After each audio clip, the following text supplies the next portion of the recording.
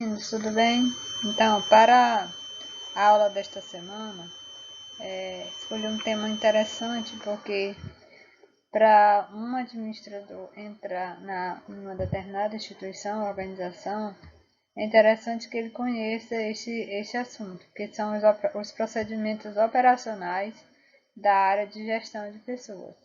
O administrador deve ser e conhecer processo de admissão, manutenção e desligamento de empregados, e a área de gestão com pessoa deve atender a todos os dispositivos legais emanados pelo Ministério do Trabalho. E tem outros órgãos da administração pública direta e indireta. Então, nós vamos explicar dentro da nossa aula todos os critérios de admissão, manutenção e desligamento de empregados.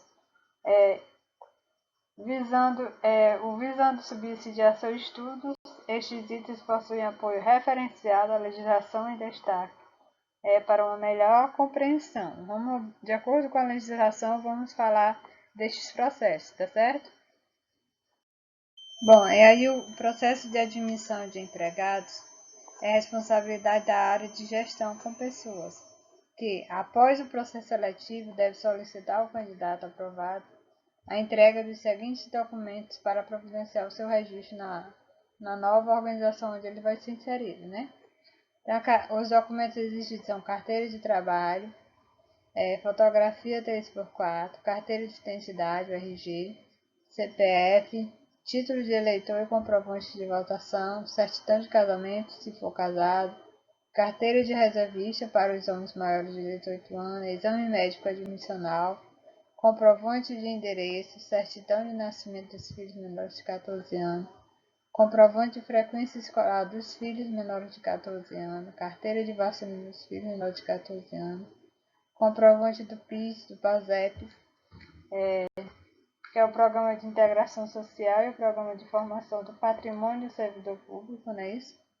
E declaração rejeitando ou querendo o Vale Transporte, comprovante de escolaridade exigida pelo cargo.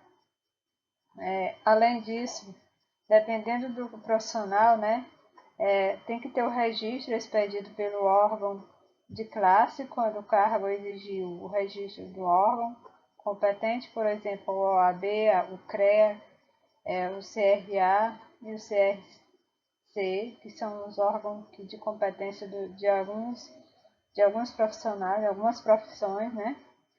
Ficha elaborada pelo escritório e preenchida pela empresa contendo as informações necessárias para o registro, declaração de dependentes para fins de impostos de renda na fonte e atestado de antecedentes criminais. Só ressalvando que alguns destes documentos obrigatórios são descartados por algumas instituições que contratam os empregados. Algumas não exigem tanto documento obrigatório, diminui uma parte deles. Por exemplo, o comprovante de escolaridade, comprovante de vacina, essas coisas. Esses comprovantes normalmente não são pedidos, mas há instituições que podem pedir. Aí, pessoal, existem alguns procedimentos após a entrega da documentação exigida pela empresa.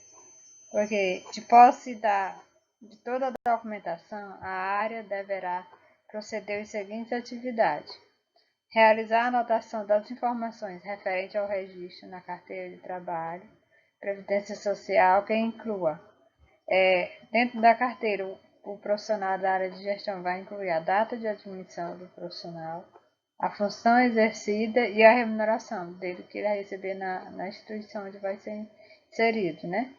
Em seguida, vai preencher a ficha salário família, quando o empregado possui filhos menores, realizar a inclusão da admissão junto à CAGED, que é o Cadastro Geral de Empregados e Desempregados, até o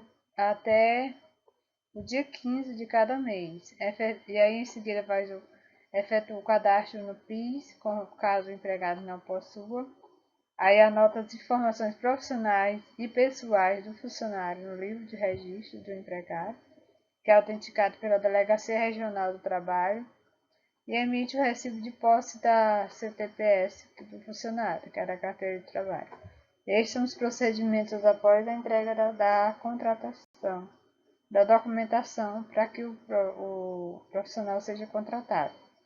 Bom, pessoal, e aí, dentro dos procedimentos operacionais da área de gestão com pessoas, há também o contrato de trabalho. O contrato de trabalho é um instrumento jurídico que expressa o compromisso recíproco entre empregado e empregador.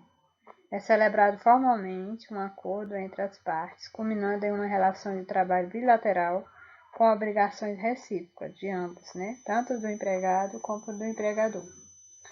Na CLT, diz que no artigo 442, o contrato individual de trabalho é o acordo tácito ou expresso correspondente à relação de empregado. É um parágrafo único.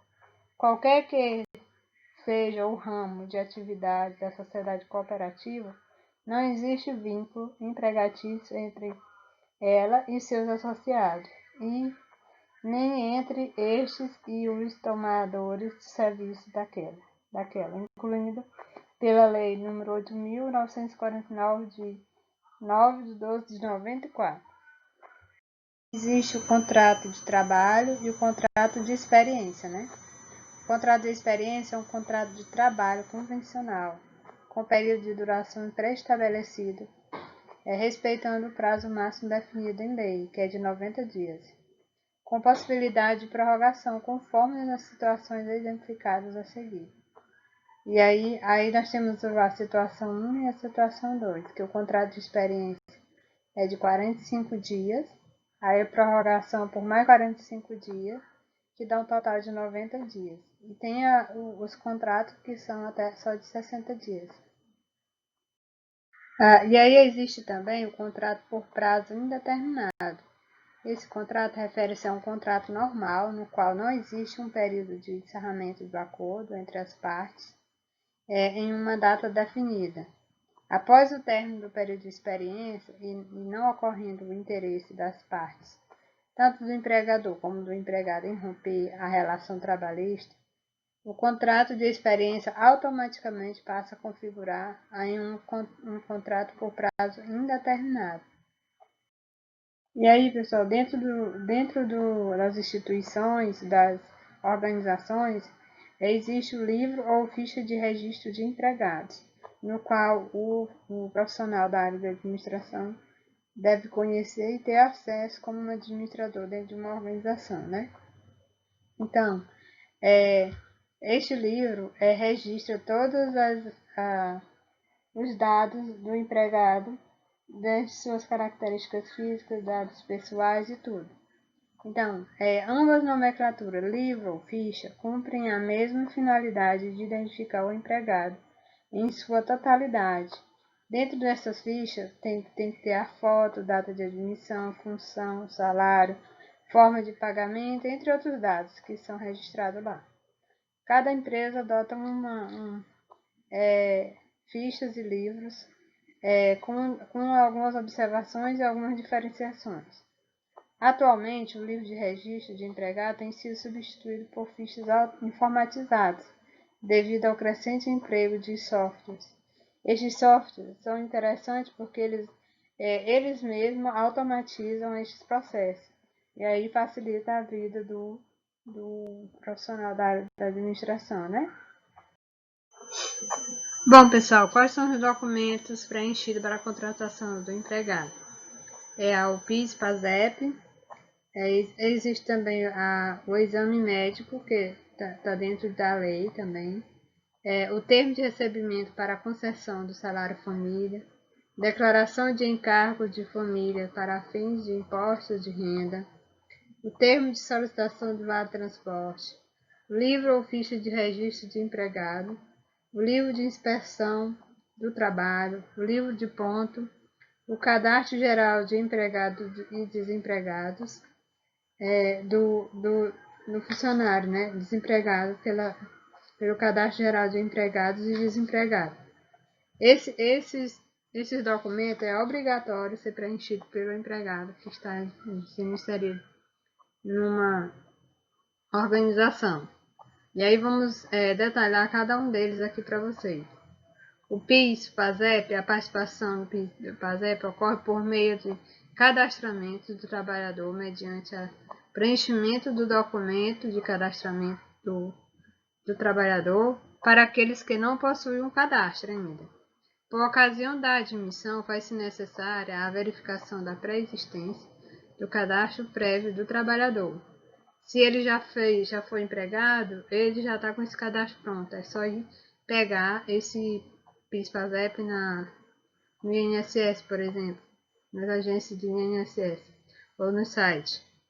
Então, a expressão PIS/PASEP representa a unificação de dois programas.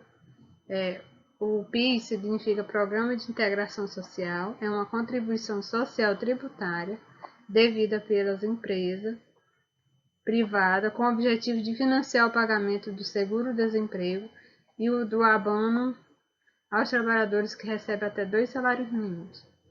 Já o Programa de Formação do Patrimônio do Servidor Público, PASEP, consiste em uma contribuição pecuniária mensal da União, dos Estados, dos municípios, do Distrito Federal e dos territórios, das autarquias, das empresas públicas, da sociedade de economia mista e dessas fundações.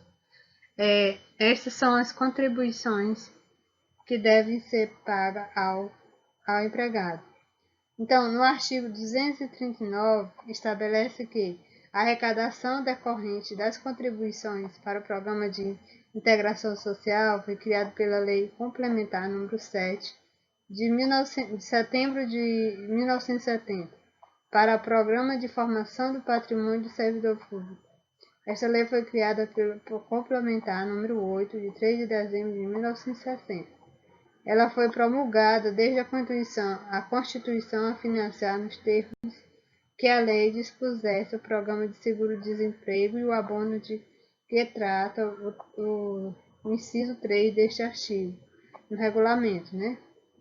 Aí, dentro dessa lei, tem todos os detalhes com relação a estes programas aí, o PIS e o PASEP.